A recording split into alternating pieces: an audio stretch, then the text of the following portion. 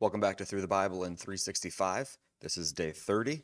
We just finished Genesis yesterday, and we've also finished Job. So we start in Exodus today. We'll be looking at Exodus chapter 1 through 3. So we left off with the death of Joseph at the end of Genesis. We're going to jump forward a ways in history into Exodus. So looking at chapter 1. Now these are the names of the children of Israel who came to Egypt. Each man in his household came with Jacob: Reuben, Simeon, Levi, and Judah, Issachar, Zebulun, and Benjamin, Dan, Naphtali, Gad, and Asher. All those who were descendants of Jacob were 70 persons, for Joseph was in Egypt already. And Joseph died, all his brothers, and all that generation.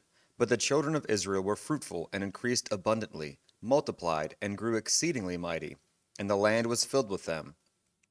Now there arose a new king over Egypt who did not know Joseph. And he said to his people, Look, the people of the children of Israel are more and mightier than we. Come, let us deal shrewdly with them, lest they multiply, and it happen, in the event of war, that they also join our enemies and fight against us, and so go up out of the land. Therefore they set taskmasters over them to afflict them with their burdens.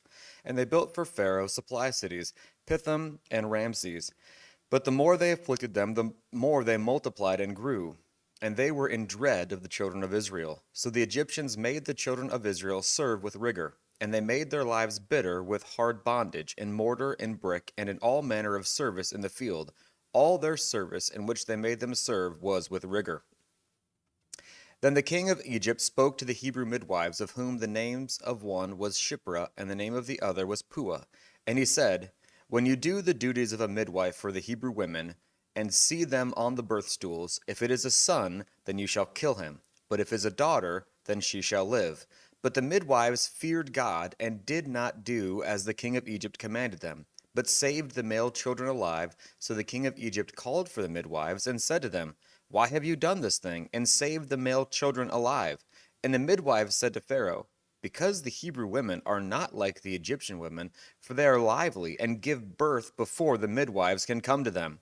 Therefore God dealt with the midwives, and the people multiplied and grew very mighty. And so it was, because the midwives feared God, that he provided households for them. So Pharaoh commanded all his people, saying, Every son who is born you shall cast into the river, and every daughter you shall save alive. Chapter 2.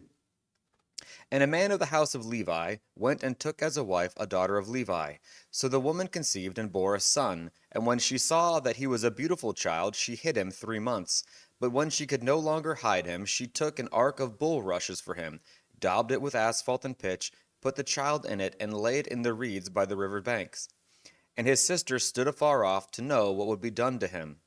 Then the daughter of Pharaoh came down to bathe at the river, and her maidens walked alongside the riverside when she saw an ark among the reeds.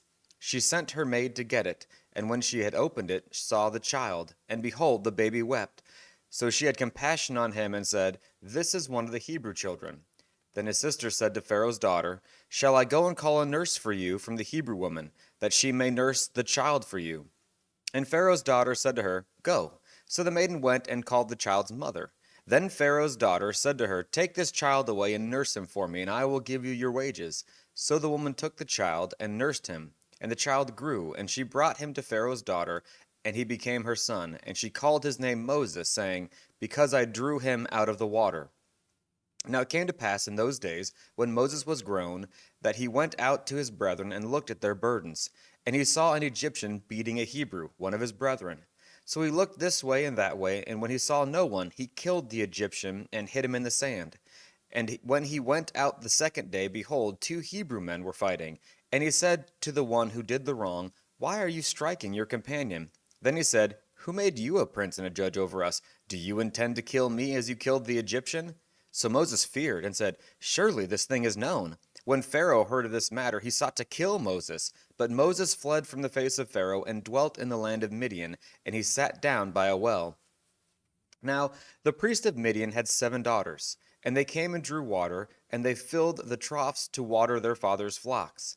Then the shepherds came and drove them away, but Moses stood up and helped them, and watered their flock.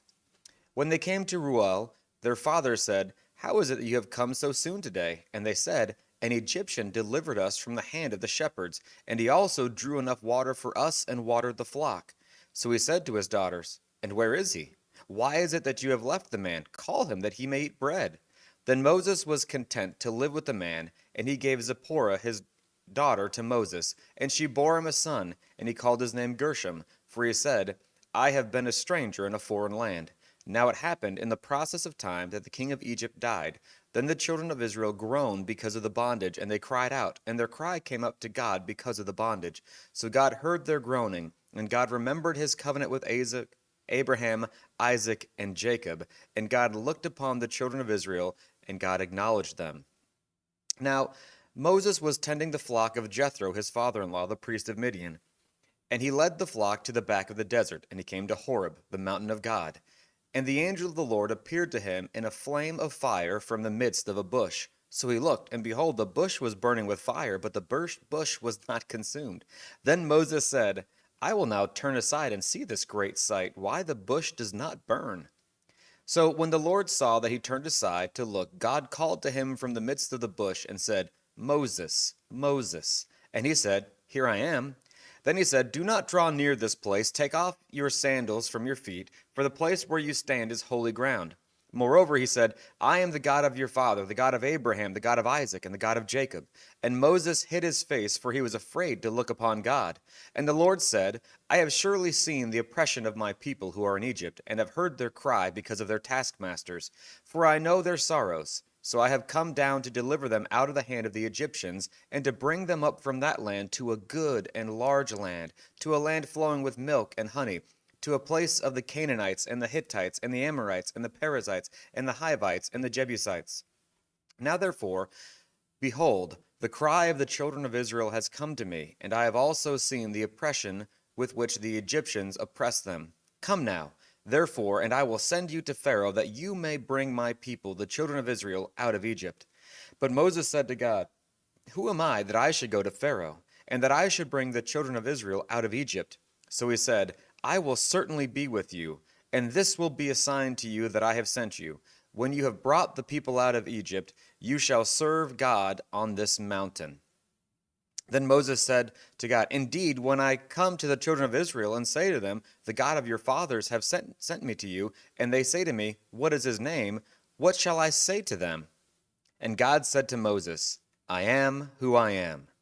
And he said, Thus you shall say to the children of Israel, I am has sent me to you. Moreover, God said to Moses, Thus you shall say to the children of Israel, The Lord God of your fathers, the God of Abraham, the God of Isaac, and the God of Jacob, has sent me to you. This is my name forever, and this is my memorial to all generations. Go and gather the elders of Israel together, and say to them, The Lord God of your fathers, the God of Abraham, of Isaac, and of Jacob, appeared to me, saying, I have surely visited you and seen what is done to you in Egypt. And I have said, I will bring you up out of the affliction of Egypt to the land of the Canaanites, and to the Hittites, and the Amorites, and the Perizzites, and the Hivites, and the Jebusites, to a land flowing with milk and honey. Then they will heed your voice, and you shall come, you and the elders of Israel, to the king of Egypt, and you shall say to him, The Lord God of the Hebrews has met with us. And now, please let us go 3 days' journey into the wilderness, that we may sacrifice to the Lord our God. But I am sure that the king of Egypt will not let you go, not even by a mighty hand. So I will stretch out my hand and strike Egypt with all my wonders which I do in this midst. And after that he will let you go. And I will give this people favor in the sight of the Egyptians, and it shall be, when you go, that you shall not go empty-handed, but every woman shall ask of her neighbor, namely of her who dwells near her house, articles of silver, articles of gold, and of clothing, and you shall put them on your sons and on your daughters, so you shall plunder the Egyptians.